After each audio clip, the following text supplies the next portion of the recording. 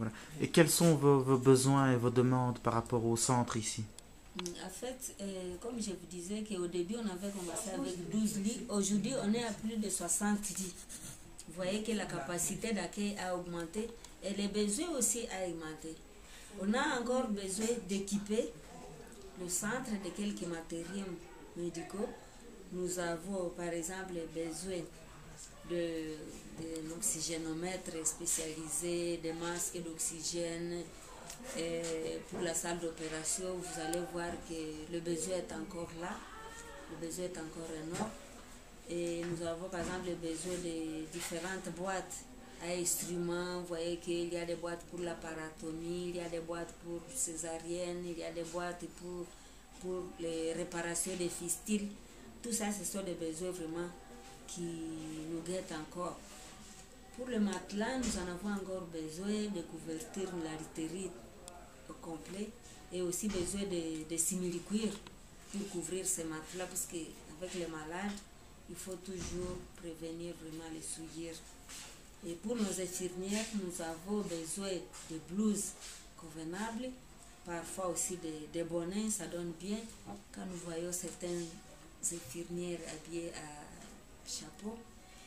Et par rapport aux infirmières, toujours, nous avons besoin vraiment d'un appui institutionnel puisqu'ils sont très mal payés et nous connaissons une instabilité terrible. Donc, le gouvernement ne reconnaît pas le personnel jusque-là puisque le centre n'est pas encore intégré. Nous sommes dans le processus, mais jusque-là, vraiment, nous sommes dans le processus de voir comment l'intégration pourra se faire. Alors, le besoin d'un appui institutionnel, c'était un besoin primordial, car le coût de la vie est devenu problématique. La vie coûte cher et les recettes du centre sont très minimes par rapport à ce que je vous disais tantôt, que les quelques malades qui payent ne parviennent pas à payer même la totalité aussi de leurs factures. Malgré les recouvrements qu'on peut faire, c'est toujours difficile de recouvrer la totalité de leurs coûts. Ceci est dû à la pauvreté qui est presque généralisée chez tout le monde. Un autre grand besoin, c'est l'approvisionnement en médicaments. L'approvisionnement en médicaments, je vous dirais que nous avons quand même quelques partenaires comme l'UNICEF, Pharmamound et d'autres qui nous appuient à kits médicaux. Mais souvent le kit n'est pas complet totalement. Nous recourons parfois aussi au niveau des pharmacies pour payer certains médicaments qui sont des spécialités. Alors, c'est vraiment un besoin aussi qui reste. Nous avons aussi un grand problème, c'est par rapport à la non-exonération aux taxes et aux impôts. Malgré que nous sommes encore plus ou moins privés, je peux dire, malgré que nous travaillons avec le bureau central de la zone de santé, mais par rapport aux taxes, nous sommes vraiment menacés. C'est dommage que l'État reconnaît quand même leurs droits, mais ne veut pas reconnaître notre droit aussi. C'est ça le grand problème. Parce que nous avons beaucoup de besoins par rapport au personnel. Nous essayons de plaider pour que le personnel soit reconnu, mais actuellement on nous dit que, en tout cas, le gouvernement n'est pas en mesure de supporter tout le monde. Sur une cinquantaine, nous avons une cinquantaine de personnel avec toutes ces activités dont je viens de vous faire part. Et parmi cette cinquantaine, je crois qu'il y a 2 ou 3 qui sont reconnus par l'État. Et puis ce sont des agents qui travaillaient dans d'autres structures qui se retrouvent maintenant ici. Même pour leur paiement, il fallait faire de la gymnastique pour aller par-ci, par-là, pour négocier, pour qu'on puisse quand même les reconnaître comme travailleurs de l'État. Mais ça, c'est vraiment un sérieux problème. Nous avons aussi besoin d'un moyen de déplacement par rapport à nos sensibilisateurs qui doivent se déplacer de commune à commune, parfois de village à village, avec beaucoup de matériel, comme le matériel de projection, comme des caméras et consorts. Du matériel lourd, quoi. Matériel lourd.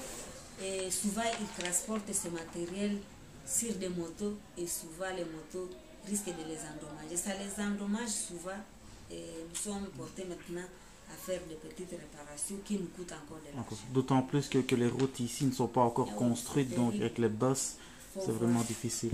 L'état des routes, c'est terrible. Donc ça, c'est vraiment un besoin aussi.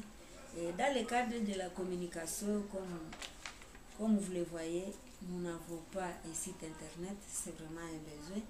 Nous avons aussi besoin d'interphone entre les différents services, puisqu'on doit recourir par-ci, par-là, quand on a besoin de quelque chose, on est obligé de se déplacer au cours de la journée, on fait même des kilomètres et ça se rendre compte. Donc vous voyez que vraiment les besoins sont énormes et nous avons les mains tendues pour que les personnes de bonne volonté puissent quand même nous venir en aide. Mais je vous assure que vous verrez dans nos statistiques que les chiffres ont énormément augmenté dès le début depuis le début de notre activité. Comme je vous disais que depuis 2003 par exemple, on a commencé avec les activités de prise en charge. Dans la catégorie des victimes de violences sexuelles, de 2003 à 2010, on a atteint un chiffre qui va au-delà de 5 000. Pour les personnes vivant avec le VIH, je n'ai pas malheureusement les totales.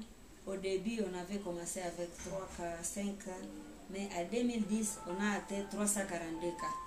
Pour la seule année? Pour la seule année, les personnes vivant avec le VIH. Pour les déplacés, bon, ça a diminué un peu par rapport à 2009, avant 2009. Actuellement, on est dans les cinquantaines, mais on était dans le 200 quelques plus. Et pour les malades ordinaires, comme je vous dis, vous verrez dans le tableau statistique que nous recevons aussi ces malades-là. Par rapport à notre cuisine, je vous disais que nous avons une cuisine que nous organisons au niveau du centre. Nous avons aussi besoin de construire quand même une cuisine pour les malades et un ambulatoire. Nous avons quand même une petite cuisine qu'on a construite grâce à Pharmamundi pour les malades vulnérables. Mais pour les malades qui ne sont pas vulnérables, ils ont aussi besoin d'une cuisine pour que les gardes malades puissent se mouvoir comme ils veulent dans cette cuisine-là. Puisqu'on ne sait pas le mélanger avec la cuisine des vulnérables, ça sera vraiment un embouteillage total. Nous avons de l'espace où on peut construire cette cuisine, mais c'était besoin. On n'a pas encore trouvé un partenaire pour nous construire vraiment une cuisine moderne. Ça pourrait coûter combien? Oh, le coût d'une cuisine, ça peut aller au-delà vers les $8 000. J'avoue, je crois que vers $10 000. Avec $10 000, on peut construire une cuisine moderne. Donc l'intérieur et l'extérieur alors? Oui, oui. Et on a aussi besoin de petits bureaux. On aimerait que quand on aura trouvé un bienfaiteur, qu'on puisse quand même songer à construire même une petite cantine, un petit bureau aussi, une salle de réunion. Tout ça, ce sont les besoins qui restent par rapport à la construction. Mais nous avons déjà l'espace et nous avons construit dans la troisième parcelle. Nous avons un grand dépôt pharmaceutique. Donc, dans nos ambitions, nous rêvons quand même pouvoir s'autofinancer quand le bailleur ne sera plus là. C'est ici qu'on a construit ce grand dépôt pour que nous puissions dans l'avenir être aussi fournisseurs. Mais on n'a pas encore de bienfaiteurs dans ce cadre-là. Il faut qu'on trouve des gens qui peuvent nous soutenir afin que nous puissions démarrer avec cette activité. Mais le dépôt est là, vous aurez l'occasion de filmer tout ça. Voilà, en gros, les grands baisers vraiment qui nous guettent. Ok.